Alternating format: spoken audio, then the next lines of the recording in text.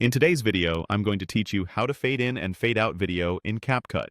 By the end, you'll know exactly how to use opacity keyframes so your video smoothly appears at the start and transitions cleanly at the end. First, open CapCut. You can follow along in the desktop app or on the web. The steps are the same. Create a new project and choose the 16:9 canvas so you're working in a standard widescreen format. If you're editing for a vertical platform, you can always switch the aspect ratio later, but 16:9 is a great place to start. Now add your video to the timeline. Drag it into the main track so you have a single continuous clip to work with. Give yourself a little room by zooming in on the timeline if needed, which will make precise adjustments easier. Move the playhead all the way to the very beginning of the clip. We'll set up the fade-in first. Open the opacity control, then add a keyframe. With the playhead still at the start, bring the opacity down to 0 and add another keyframe. This tells CapCut that at the start of the clip, the video should be fully transparent, and it establishes the beginning of your fade.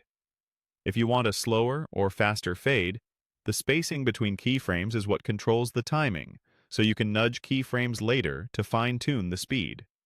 Next, jump to the end of the clip by moving the playhead all the way to the last frame. Add a keyframe there to mark the current opacity. Set the opacity to full so your image is completely visible, and add one more keyframe to confirm the end state. These end keyframes define how your clip behaves as it approaches the finish. The same principle applies here. The distance between your final keyframes determines how gradual the transition is. A short distance makes a quick change. A longer distance creates a smoother, slower shift. Press play to preview. If the fade feels too abrupt, slightly separate the keyframes. If it's too slow, bring them closer together. Make sure you're watching the actual edges of your clip so the transition lines up with your content. One helpful tip is to keep your audio in mind.